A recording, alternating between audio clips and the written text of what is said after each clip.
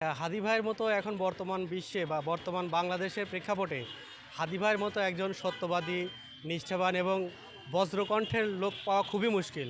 বিশেষ করে আমাদের এই তরুণ প্রজন্মের মধ্য থেকে যে একটা এত বড় একটা মাপের মানুষ আমরা খুঁজে পেয়েছিলাম, এটা আসলে মানে ভাবনার একটা বাইরে। এরকম মানুষ আসলে কখনো খুঁজে পাওয়া যায় না। কিন্তু বর্তমান পরিস্থিতিতে আমাদের হাদি ভাই আমাদের একটা আইডল হিসেবে থেকে যাবে সারা জীবন আমাদের মাঝে।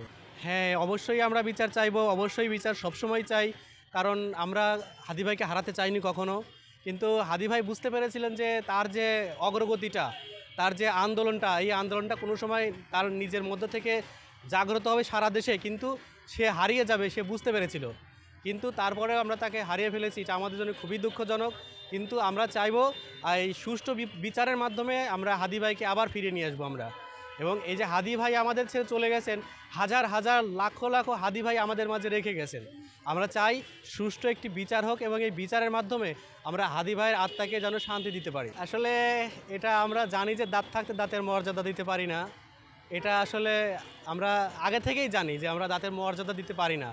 কিন্তু এটাই যে আমাদের একটা গুরুত্বপূর্ণ দাঁত ছিল, এটা আমরা বুঝতে পারিনি, যেটা আমরা হারানোর পরে বুঝতে পেরেছি। এছাড়া আমার কিছু বলার নাই।